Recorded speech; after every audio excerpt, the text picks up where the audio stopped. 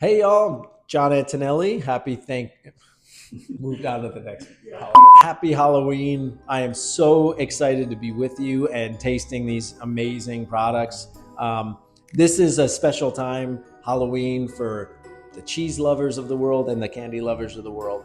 And we're so excited that y'all are taking part in this holiday special box with us. And so we've got these five amazing cheeses selected, five incredible candies that we love, and we hope you enjoy them as we go through this tasting together. You know, when you get the box, you'll see they're in individually wrapped pieces, and they're all labeled for you. So this should make it pretty easy to figure out how we kind of theoretically came up with the pairings, and how you should taste it. But what really we want you to do is have fun with it. After I go through what I think and we think are the great pairings, you'll have plenty of candy left over to try it all in different ways. And tell us on social what you think was the best bite. You know, it could have been something entirely different than what we had planned.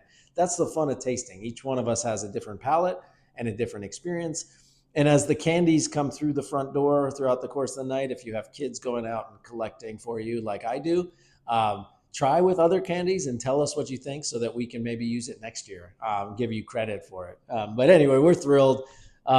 And we have five cheeses, five different candies. And this would be kind of the order that I would think that you might want to taste it, but you can also choose to go slightly different, especially with this first one. Now, the cheese itself is going to be the Woolly Woolly. It's the most delicate of the cheeses that we've offered, but it's paired with the spiciest one that we offered. So typically, we would taste this cheese before tasting everything else.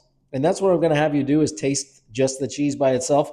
But then I'm going to actually move the pairing to the last spot on the tasting, because what that cinnamon can do is really, if you're sensitive to cinnamon, really impart a bold, intense flavor profile. And I'll come back to that pairing in just a few minutes. And so after tasting this Woolly Woolly, now we get into the actual tasting event, which would be this bone bouche. So this bone bouche, this is my children's second favorite cheese. This would be Everett's favorite pairing if we're having this at home. Bone bouche is made by Vermont Creamery. It's goat's milk. It's got this insanely beautiful Geotrichum candidum rind on it. It looks like a little brainy on the outside of it.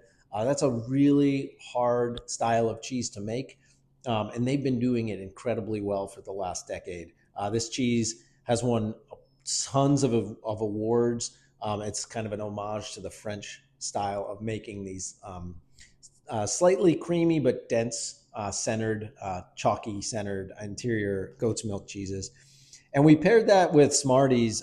This is a candy that's made using the panning method that came around in the early 1915, that style of and kind of circulating candies and coating them with sugar. That sort of element of candy making was around for longer, but it was actually when they were how they were coating nuts. They hadn't yet applied it to making candies. The Smarties themselves, this company was established in 1949 and started making these candies in New Jersey. Didn't actually change the name of the company until like 2011, a very recent change. But these are panned candy. They come in, each one is a little bit different flavor, but it's really a nice hard kind of crunchy texture. So what's fun about that is not only when you're tasting it, you hear it. You taste the sugar on your palate. You pick up maybe the nuances of the different colors. And what I would recommend doing is trying, open two packs, find two or three of the reds, try them together with the bone bouche, and then choose a different color and do the same thing and see if that really alters the experience. If your palate can pick those nuances up. But so yeah, an American made candy, super delicious, still in the family, and really wonderful. The next cheese that we would taste is our Taleggio. This guy here is an awesome wash rind cheese from northern Italy. Taleggio is a name-controlled cheese, which means that it has to be made in a very specific way. But different producers have their own take on it. Maybe different aging facilities, exact process is a little bit different. Um, the one that we carry, we absolutely love. It took us years and years to find it, but this style of Taleggio is more bark than bite. The rind is going to be the most intense part of the flavor. The interior is going to be creamy, meaty, buttery, pudgy. It's just a beautiful work of art. And we paired that with my favorite Halloween candy, which is Reese's peanut butter cups. And so H.B. Reese, the inventor of this cheese, he had worked for the Milton family, the Hershey's chocolate company, on a farm, dairy farm for a while, and in the facilities. And he had gotten fired and let go. And after that, he decided he was going to start his own company. These were called penny cups because they cost a penny when he first invented them, always using Hershey's chocolate. And eventually, Hershey ended up buying this brand from that family, and it's one of the most popular Halloween candies. Super good, and there's just something special that happens when you combine that peanut buttery sensation you get in your mouth after having a chocolate where it sticks to your teeth with this pudgy Taleggio. The flavor lingers for a while and you'll be pleasantly happy. Usually in Halloween classes, Wash Rind and Reese's peanut butter cups have been our most popular pairing of the night.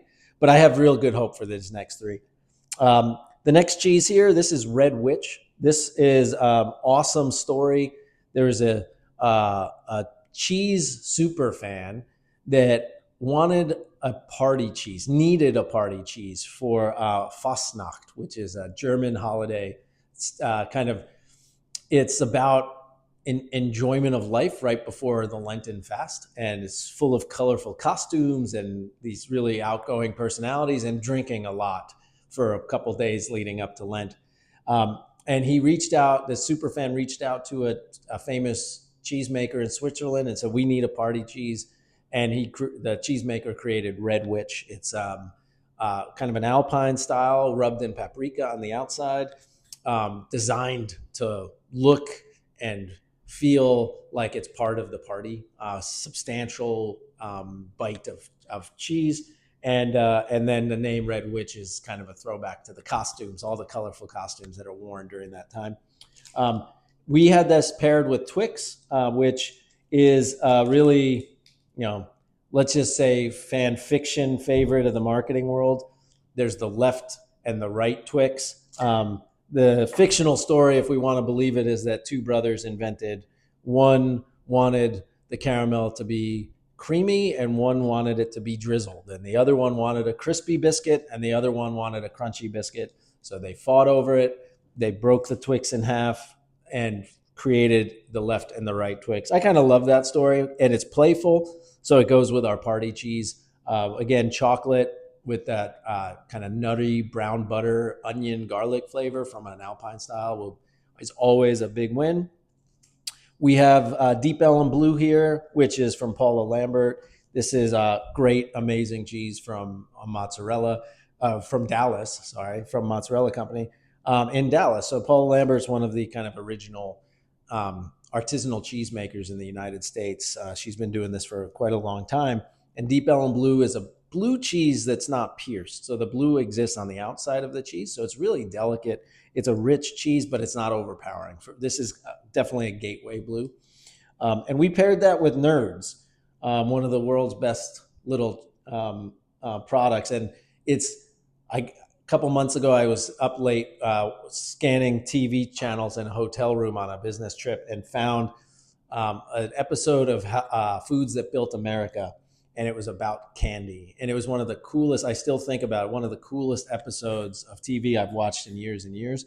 And Nerds was one of the things. It was the Willy Wonka candy company that opened on this bold idea that they could recreate the experiences in the movie. And Charlie and the Chocolate Factory, or Willy Wonka in the Chocolate Factory. And they tried to make everlasting gobstoppers. And it was by mistake that one of the confectioners figured out that there was these crumbs at the bottom of the bin every day when they were finished, and they didn't know what to do with them, and they were just turning into waste.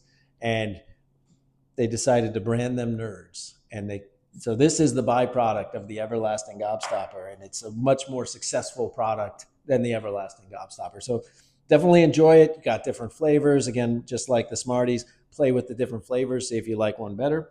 And then last but not least is Woolly Woolly. This is soft sheep's milk cheese from Jumilla, Spain. Sheep's milk is luscious and velvety and wonderful on the palate, and it's got a bit of a tang to it, so that's why it can stand up after all these other cheeses. And we paired them with the Red Hots, which is a cinnamon-based panned candy that was the very first candy of Ferrera candy manufacturing company.